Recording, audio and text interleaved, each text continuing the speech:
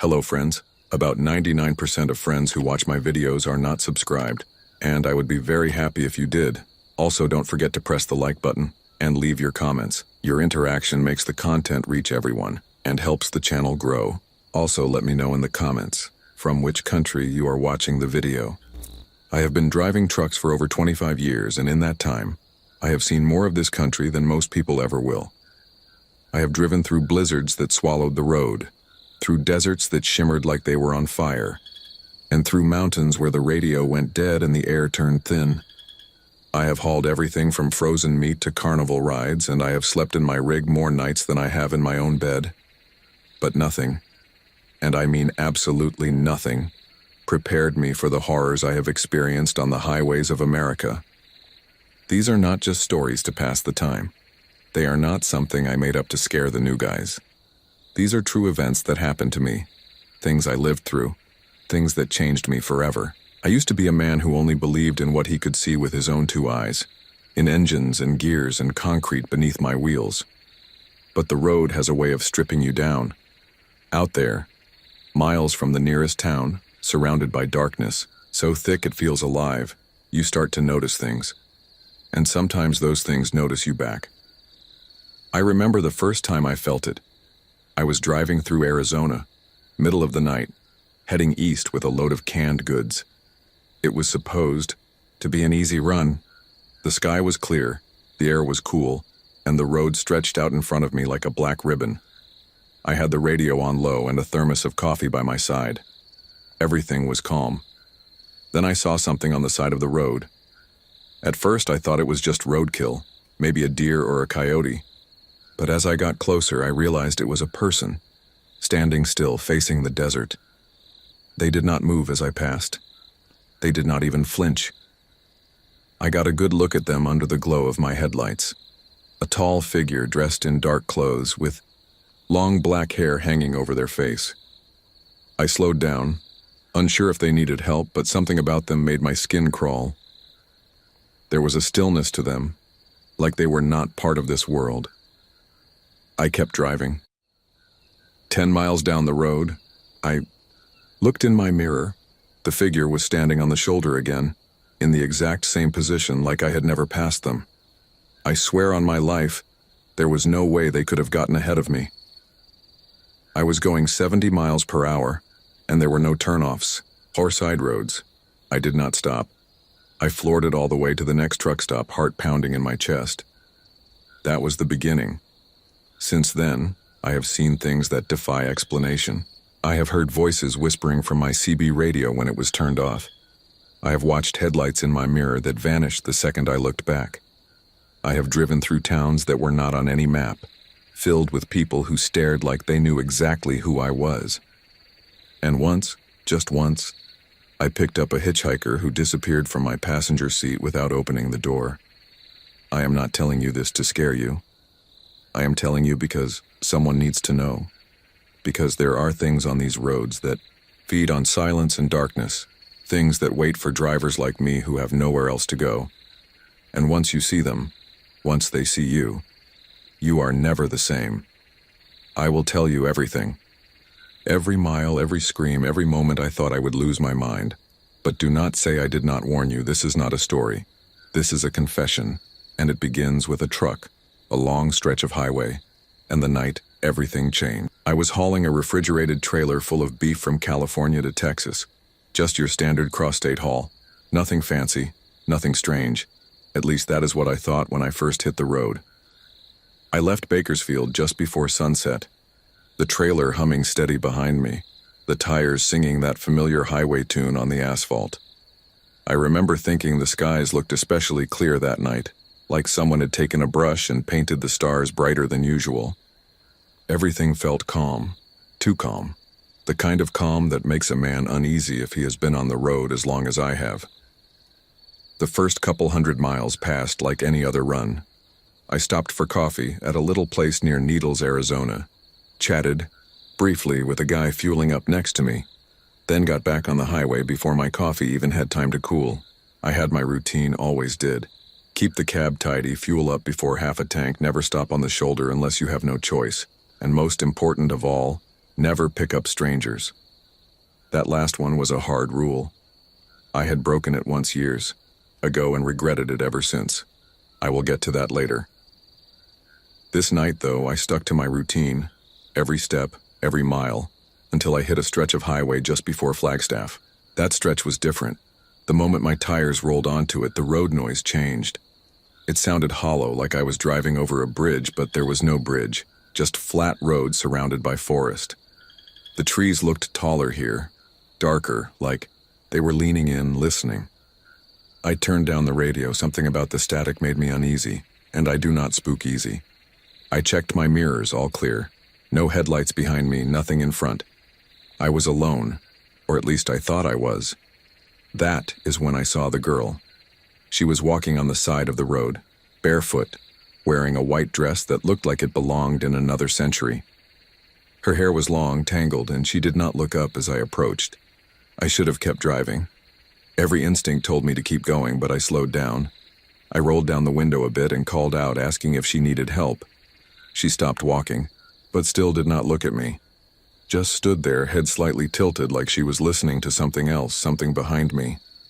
That was the first time I heard the knock. It came from inside the trailer, 3 slow thuds, like something heavy shifting. Now, normally that would not be strange. Cargo shifts sometimes, even when strapped right. But this was different.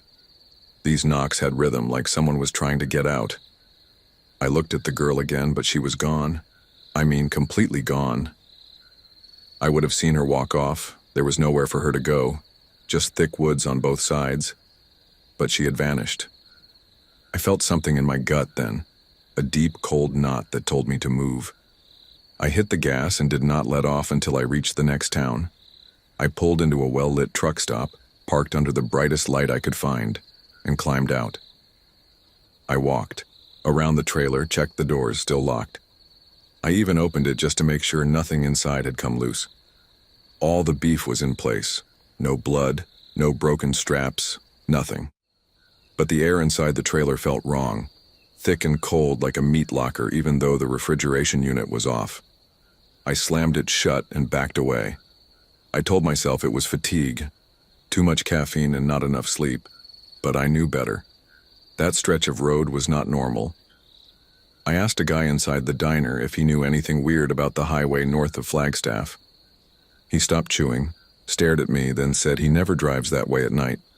Said too many drivers go missing or turn up days later in a daze like they lost time. I did not sleep that night.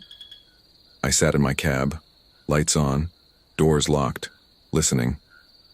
The knocking came again around 3 in the morning, soft this time, like fingers instead of fists. I started the engine and drove until the sun came up. After that, I tried to avoid night runs whenever I could. But trucking does not always give you that choice. A month later, I was hauling furniture through West Texas. Wide open plains, endless skies, and more nothing than most people can handle. That is the thing about Texas. You think the emptiness is peaceful, but after a few hours it starts to feel like something is watching from all that nothing. It was near Lubbock when I saw it. A rest area I had never noticed before. Looked old, run down, but my bladder was screaming, so I pulled in. There were no other vehicles, just a single vending machine flickering under a busted awning and a men's room that looked like it had not been cleaned since the 80s. I went in quick, did my business, and when I came out, there was a man, standing by my truck. He was dressed like a state trooper, but something was off. His uniform was too crisp, too clean, like it was fresh off a mannequin. I greeted him, trying to be polite, and he asked where I was headed. I told him, and he nodded slowly, then asked if I had seen the girl yet. I did not answer. I just stared at him, heart thudding in my chest. He smiled, the kind of smile that does not reach the eyes, and said, "She likes to ride with quiet drivers. You should keep your radio on." Then he walked away. I blinked, and he was gone. I checked the bathroom, checked around the building, nothing. I climbed back into my truck and locked the doors. I kept the radio on after that, static or not. That same night, my GPS started acting up. Told me to take a left onto a road that did not exist. I ignored it, and it kept recalculating, trying to send me back. After the 4th time, I yanked the plug and threw the unit onto the passenger seat. That is when I saw her again, sitting in the seat staring straight ahead. The same girl from Arizona, same white dress, same tangled hair. My blood turned to ice. I slammed the brakes, and when the truck stopped, the seat was empty again. I started driving, did not look back, did not stop until daylight. Over the next few months, the sightings increased. Not just her, other things. Things that should not be real. Shadows that moved against the grain of light. Headlights that followed me with no source. I started keeping journals, noting down times, places, weather conditions, anything that might explain what was happening. The more I wrote, the more I remembered. Things I had forgotten, or maybe things I had tried to forget, like the night I drove through a town called Dry Creek in Mississippi. It was not on any map. The streets were empty, the lights flickered, like old neon, and the people. They watched from behind curtains but never came out. I fueled up at a pump that did not ask for a card, just started pouring when I lifted the nozzle. I tried to pay, but the store was locked. A sign on the door said, "Keep moving, she hates loitering." I did not need to be told twice. I have seen cults in the woods, entire gatherings of people in robes standing in perfect circles around, fires that do not give off heat. I have driven past accidents that were not there when I turned around. I have followed GPS routes that took me through fog so thick I could not see my own hood, only to emerge into daylight on the same stretch I started on. I once picked up a CB signal in Latin, repeated over and over in a voice that sounded like it came from underwater. That signal followed me for 3 states. There is something about the highway that changes at night. I do not know if it is the darkness or the distance from civilization, but it brings things out, things that do not belong in the daylight, and for some reason, they are drawn to truckers. Maybe it is the isolation, or maybe we are just the only ones who see it and live to tell the tale. I could go on. I will go on. Because there is more. So much more. Like the man I picked up in Nevada who claimed he had not slept in 10 years because every time he closed his eyes, he woke up somewhere new. Or the dog that ran alongside my truck for 50 miles, never panting, never slowing, just staring with eyes that glowed blue. Or the diner in New Mexico where every customer looked exactly the same. Same face, same clothes, same crooked smile. I left before I got my coffee. There is a darkness on these highways. A hunger that stretches from coast to coast, and once you see it, once you know it is there, it never leaves you. You carry it with you in your mirrors, in the radio static, in the cold that creeps into the cab even when the heater is on full blast, and if you are lucky it just watches, but if you are not, it climbs in, and it rides with you, just like it rides with me. That night after leaving the diner in New Mexico, where every person inside looked like a carbon copy of the next, I drove without stopping for nearly 6 hours straight, pushing the truck harder than I should have, but something deep inside me, instinct, maybe, or fear dressed up as common sense, told me not to rest, not even to blink too long, because whatever was going on back there had not stayed behind.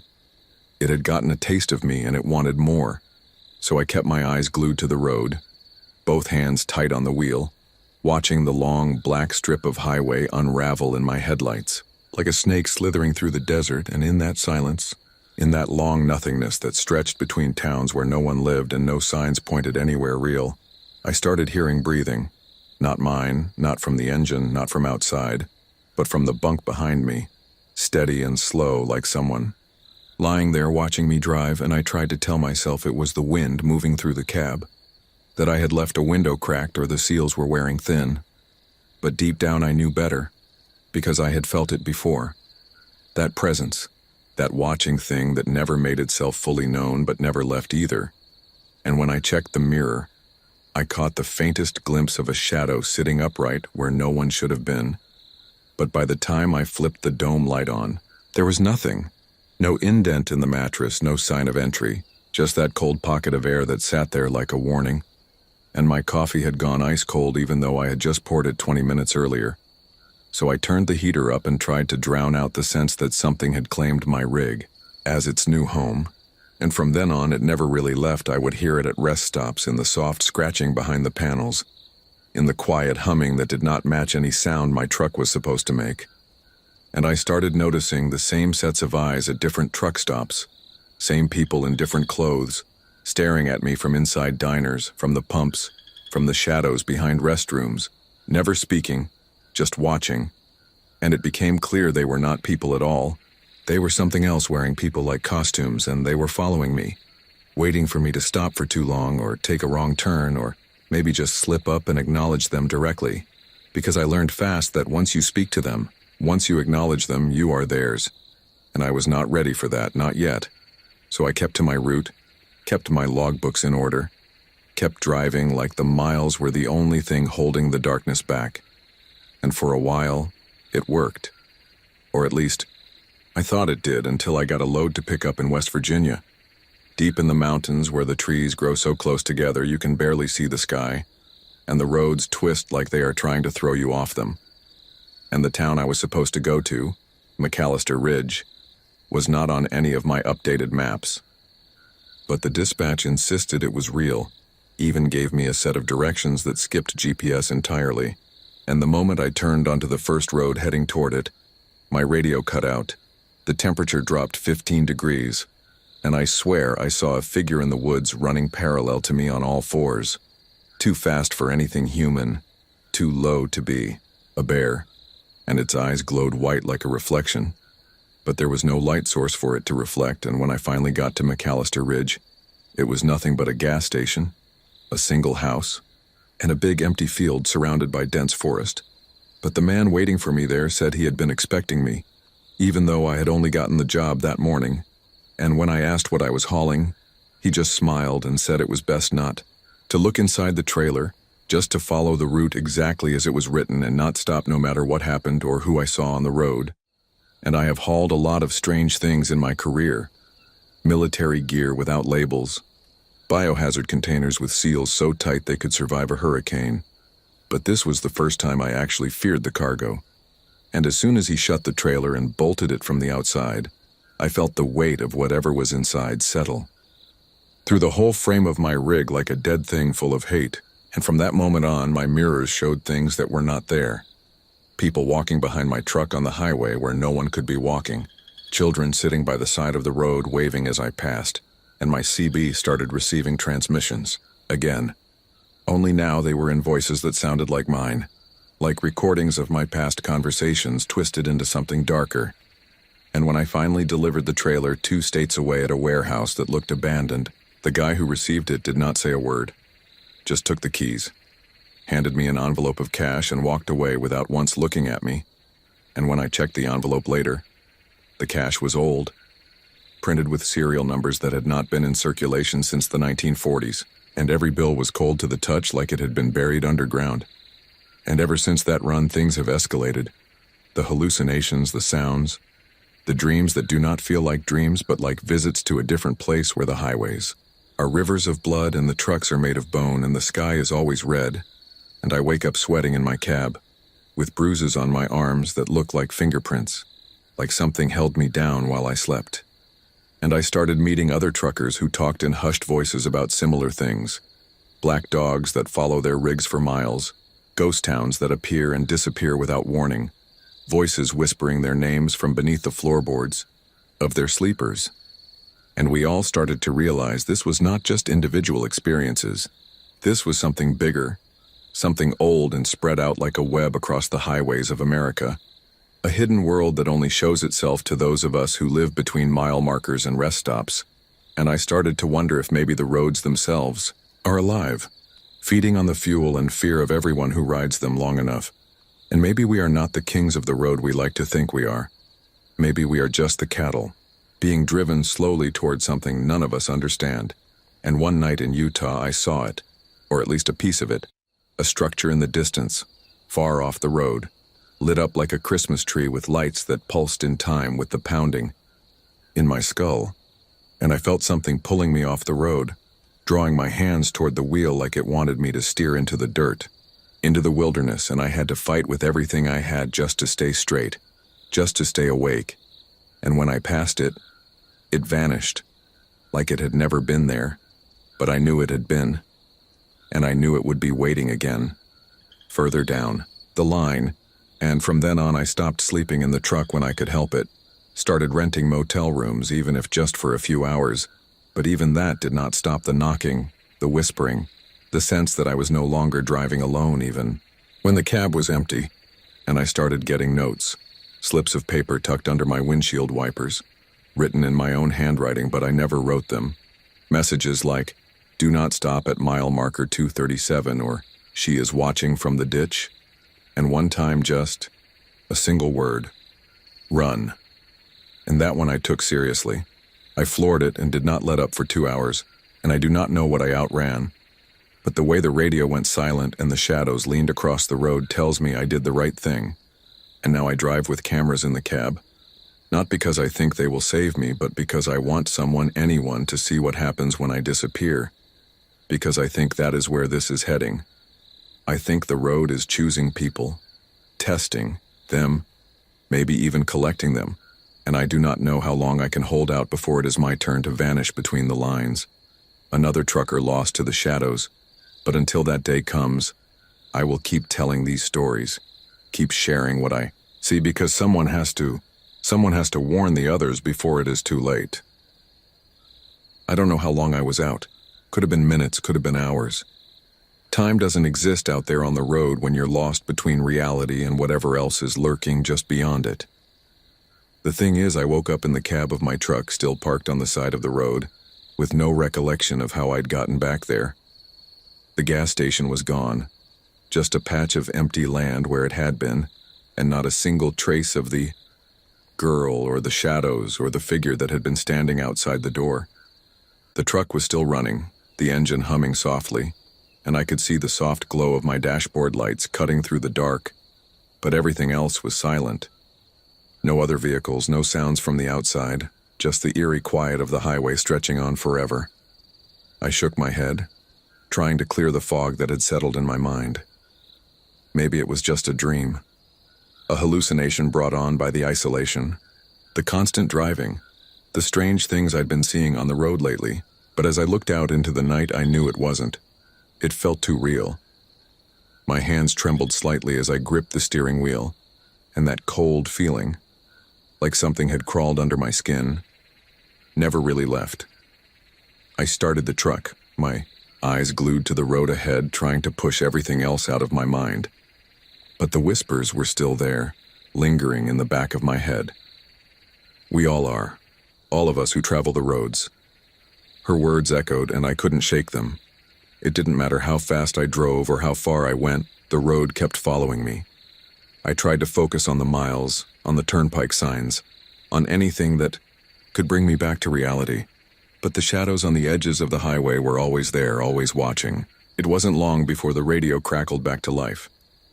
At first I thought it was just static, but then I heard it. A voice.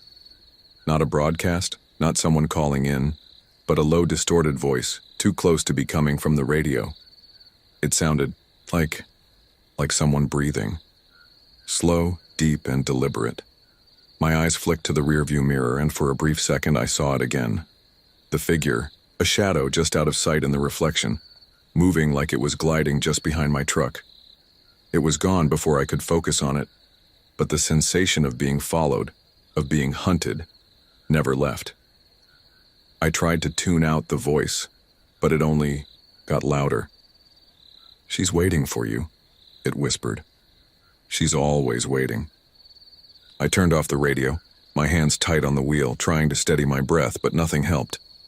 It felt like I was driving through a nightmare that had no end, just endless stretches of road leading to nowhere. I checked my clock.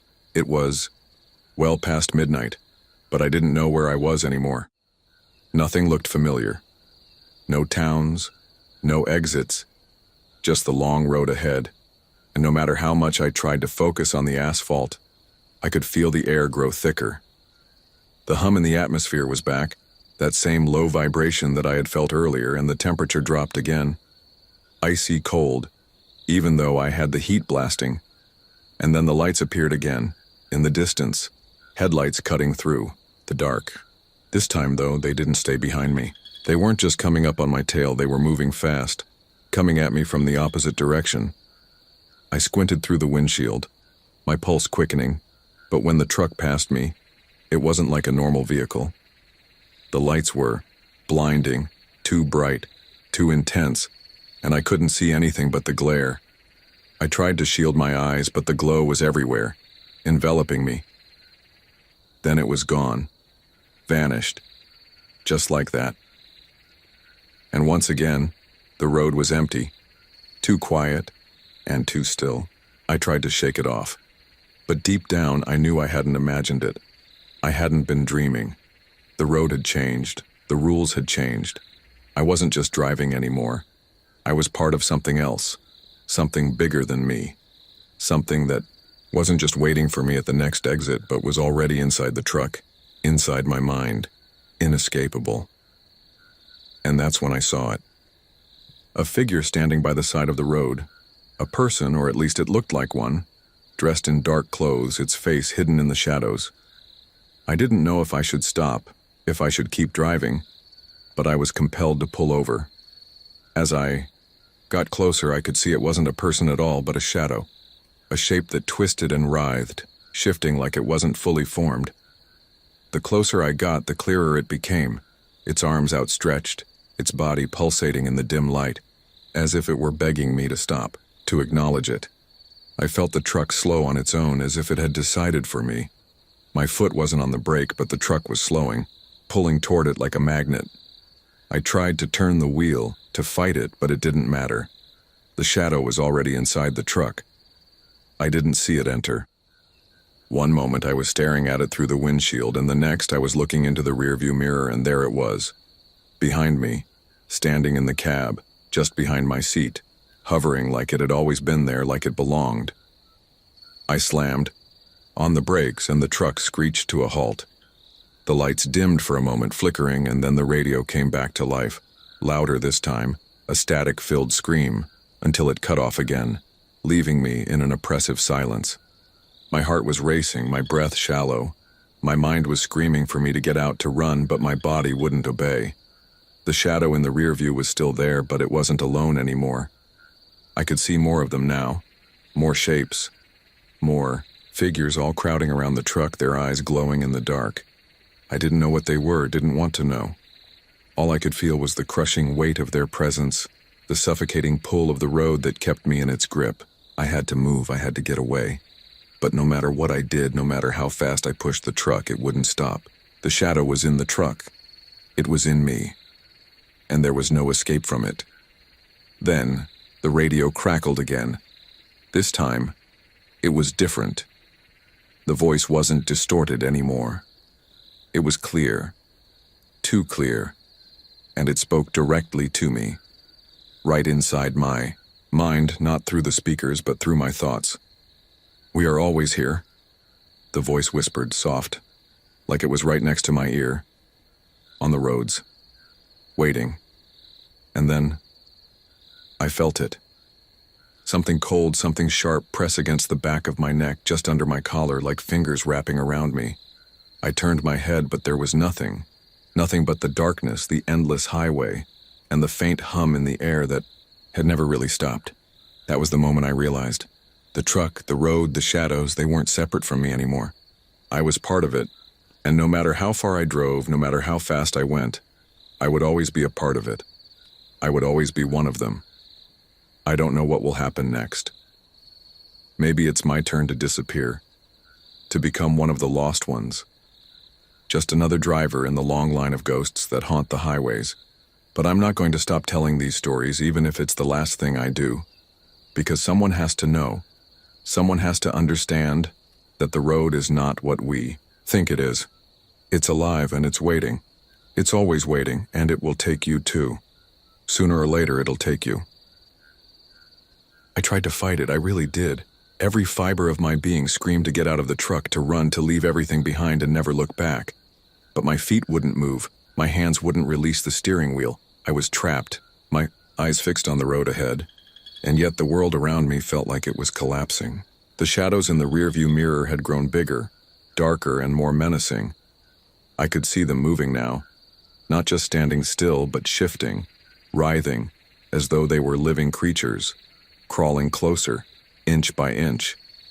I could feel their eyes on me, could sense their weight pressing down, like they were filling up the cab, crowding every inch of space. The hum in the air was deafening now, vibrating through my skull, and the whispers, oh, the whispers, they were louder than ever. Come closer, join us. You're already one of us, they said over and over, like a chant, like a prayer. I couldn't shut them out. I looked ahead at the road, desperate for something familiar, anything that might tell me I was still in control. But all I saw was the same never-ending stretch of highway, stretching into the dark, as if it were waiting for me to lose myself completely. And that's when I saw it. Another set of headlights in the distance. I thought I had imagined it at first, just another trick of the road, another phantom vehicle. But no, they were real. I could see them getting closer.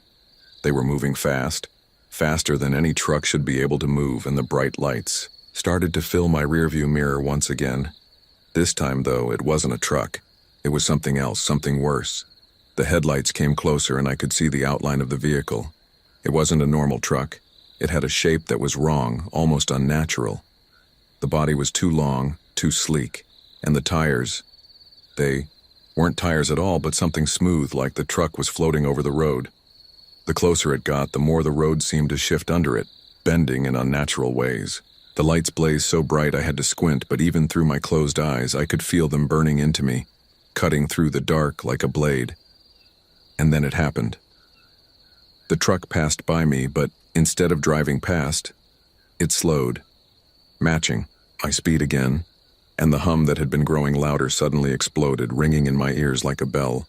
I tried to turn my head to look away, but my neck was stiff, my body frozen, and all I could do was watch as the truck pulled alongside me. I could see the driver now, or at least I thought I did. It was a figure, shrouded in shadow, its face obscured by a hood, but its eyes, they were glowing. Not just shining, but glowing, bright, unnatural, like the headlights were alive, and the person, no, the thing behind the wheel wasn't human at all. It didn't speak, not at first. It just kept pace with me, its truck gliding silently, like it wasn't even touching the ground. But then, as the distance between us closed even further, I heard it, its voice, low and guttural, like it was coming from the very depths of the earth itself. You can't outrun it, it rasped. You can't outrun what's waiting for you. My heart skipped a beat. The truck's shadow passed over mine, and in that instant I saw something that nearly made my stomach drop to the floor. I didn't want to see it, didn't want to acknowledge it, but I couldn't look away. In the reflection of the other truck's mirrors, I saw it. The road behind me was changing, twisting, turning, like it was being pulled in on itself. The asphalt was breaking apart, crumbling into dust, and the shapes that had once been shadows were now figures. No people walking along the road. But these people weren't like you or me. They weren't alive. They were translucent, pale, their bodies shifting, flickering in and out of existence like they were stuck between worlds. Some had faces, some didn't, but they all had one thing in common: empty, hollow eyes that stared directly at me all at once, as if they knew me, as if they were waiting for me to join them. My breath caught in my throat, and I could feel my heartbeat hammering against my chest. I had to get away from them. I had to get away from that truck. But every time I tried to speed up, the shadow truck stayed right alongside me, its presence pressing down on me like a weight. And then, out of the corner of my eye, I saw something else. A sign half buried in the dirt just off the side of the road. The letters were faded, worn by time, but I could still make out the words. The road calls. You can never leave. A chill ran down my spine, and the whispers grew louder, faster, more frantic. The road calls. You are its prisoner. Forever. I slammed my foot on the gas, my truck roaring to life, pushing forward with everything it had. But no matter how fast I went, no matter how hard I pushed, the road kept stretching on, never ending, the horizon just as far away as it had been. The figures, the whispers, the shadow truck, it was all still there, following me, hunting me. And then, in a moment of clarity, I realized something horrifying. I wasn't just driving on the highway anymore. I was trapped in it. The road had become a part of me, and I had become a part of it. I've been on the road for years now, more miles than I can count. Some days I'm still behind the wheel, driving across endless stretches of highway just like before. But it's never the same. I can feel the road watching me, waiting for me to slip, waiting for me to give in. And the voices, the whispers, they never stop. Sometimes they're faint, barely a murmur in the back of my mind. Other times they're deafening, pressing on me from all sides until I can't breathe. There are times when I can't remember if I'm still driving or if I'm just stuck, waiting for the road to claim me fully. But one thing is certain, the road never forgets. And it's always hungry, always waiting. So, if you're out there driving late at night with the highway stretching ahead and the world around you quiet, be careful. You might think you're just another trucker on the road, another driver passing through. But the road is watching. It's always watching. And sooner or later, it will come for you. Just like it came for me. And once it has you, you can never leave. You can never escape. I used to tell myself that maybe I was just losing it. Maybe the isolation had gotten to me. That maybe too many hours on the road had made me start to imagine things. But as the days pass, as I roll down the miles, I know deep down I'm not imagining it. The highway has changed me. It's twisted something inside me, something I can't shake off. No matter how many miles I put between myself and whatever it is that haunts the edges of the road, I've learned to see it now, more clearly than before. At night, when the air is still and the stars are hidden behind thick clouds, the road seems to pulse. It's subtle at first, like a vibration underfoot, a hum that you can almost ignore. But then it gets stronger. The shadows along the side of the highway stretch longer, shift unnaturally, as if they're alive. I can feel them moving, creeping closer, just waiting for me to look away for a second. And the whispers, they're always there now. Soft at first, just a trickle in the back of my mind. But when the road calls, when it's ready to claim you, they get louder, so much louder. The other night, I was driving through a stretch of highway I knew well, a stretch I've driven hundreds of times. But that night, something was different. The air felt heavier, colder. The road seemed darker, like the asphalt had taken on a life of its own. And I wasn't just driving on it anymore. It was like the road was pulling me in, swallowing the truck whole. My headlights barely pierced the darkness, and every time I blinked, the shadows seemed to grow closer. That's when I saw it again, a figure standing at the edge of the highway watching me. I should have kept driving, but something in me told me I had to stop. So I did, just like before. I don't know why. Maybe it was the way the figure stood so still, so quiet, like it was waiting for something. Maybe it was because the figure had the same glowing eyes I'd seen before, the ones that pierced through the dark like they were looking straight into your soul. This time I couldn't see much of the figure's body. It was too far away, too shrouded in darkness, but I knew what it was. I knew it was part of the road, part of whatever had claimed it, a part of whatever was pulling me closer, inch by inch, every time I got on the highway. I pulled to the side, my engine idling softly, the hum of the truck mingling with the whispers. Closer, closer. It's waiting for you. The figure didn't move at first. It just stood there, its head slightly tilted, eyes glowing brighter, like it knew I was there, like it was waiting for me to make the first move. I could feel my heart pounding in my chest. I had to move. I had to get away. But I couldn't stop staring. I couldn't look away. Then, the road started to change again. Not in the way it had before, not with the asphalt crumbling or shifting, but the air itself started to warp. The world around me began to bend, the shadows twisting like they were being pulled into something, into someone. I felt a pressure building, as if the road itself was pressing against me, suffocating me. It was trying to pull me in.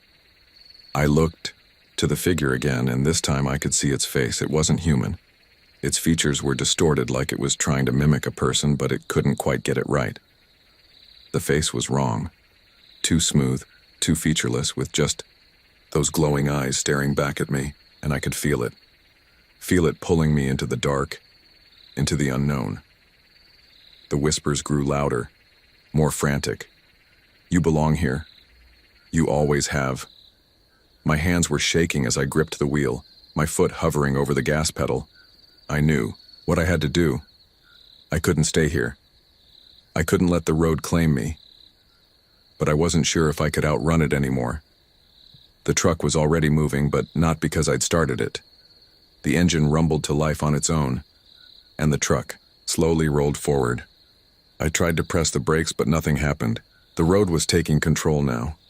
The figure moved with me, its eyes never leaving mine, its form shifting, stretching, as though it was no longer confined by the rules of the living world.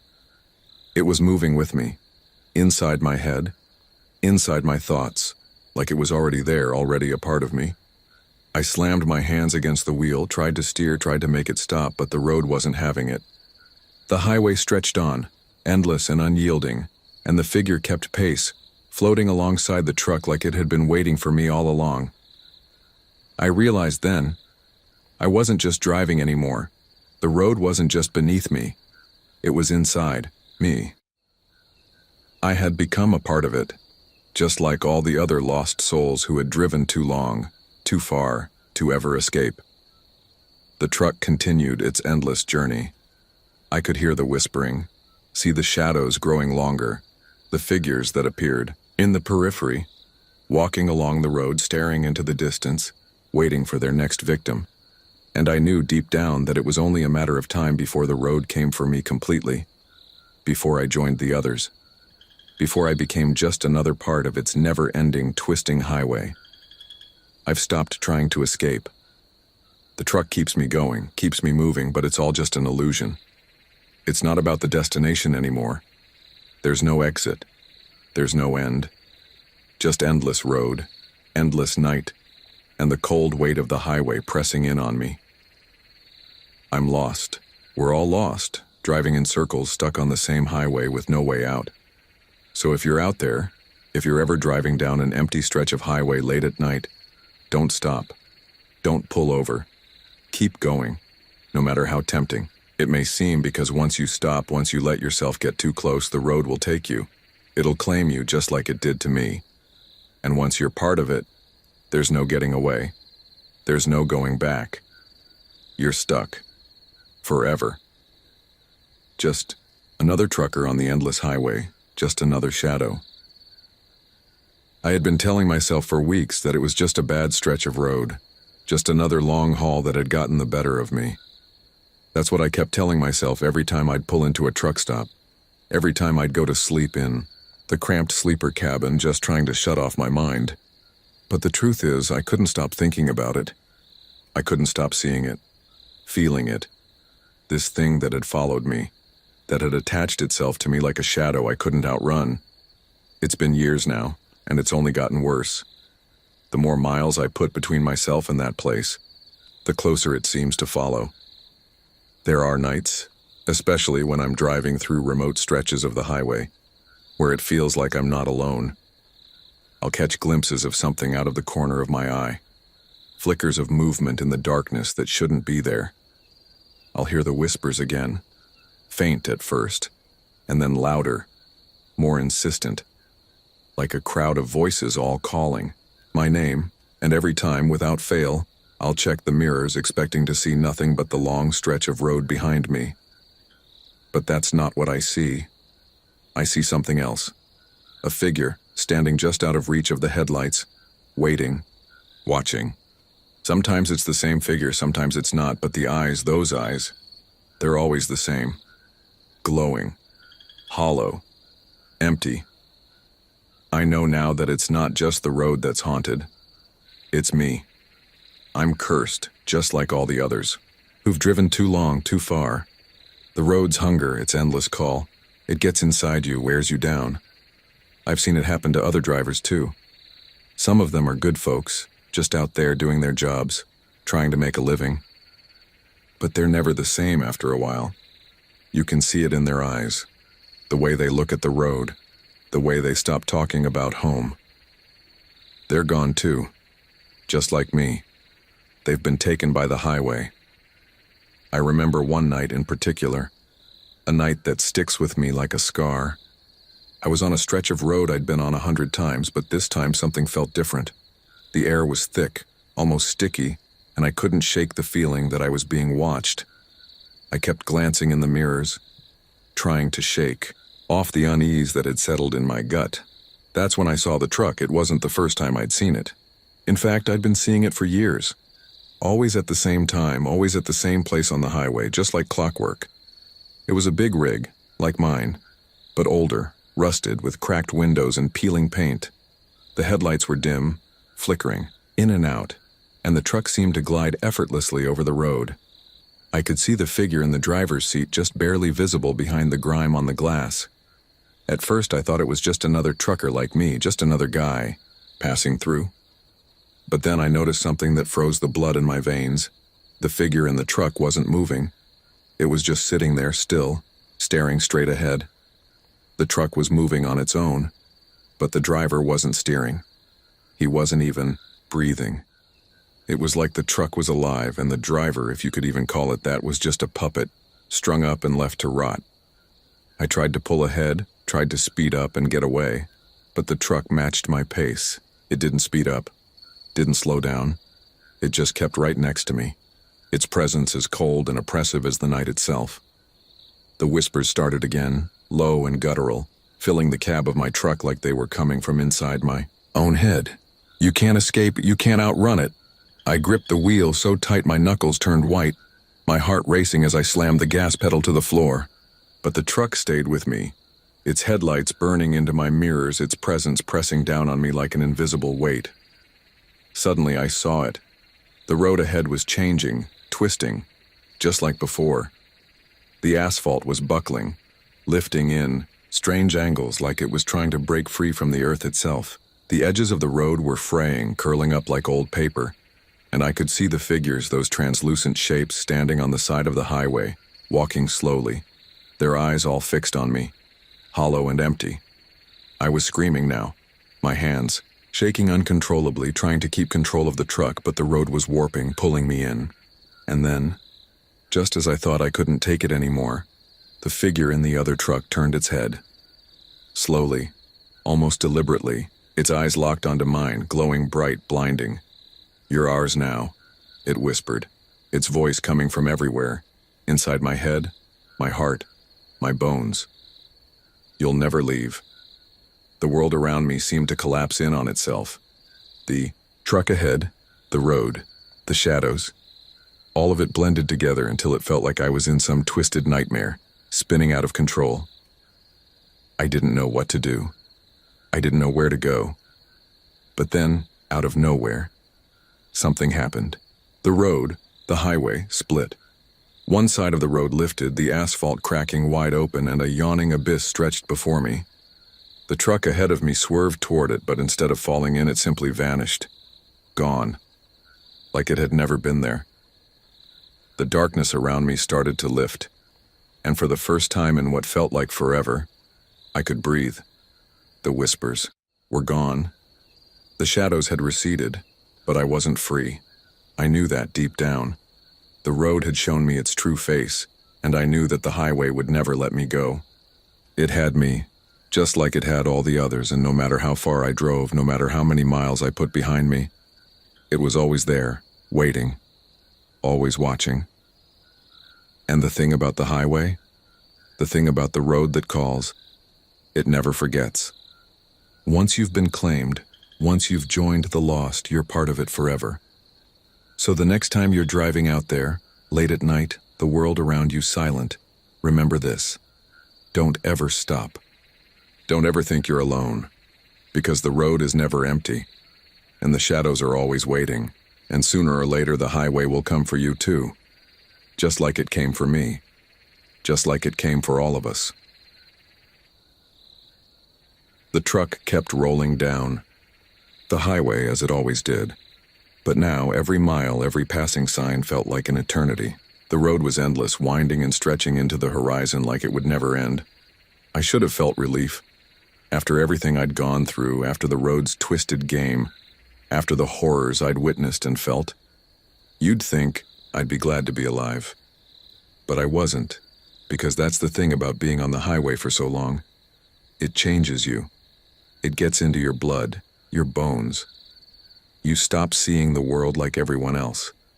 You stop feeling the sun on your face, or the wind in your hair. All you feel is the road beneath your tires, the constant hum of the engine, the deafening silence when the whispers fade and the shadows begin to move again. I tried to stop it. I tried to walk away from it. I tried to leave the truck behind, to leave it all behind and go home. But there's no home anymore. The road's my home now. The highway is where I belong.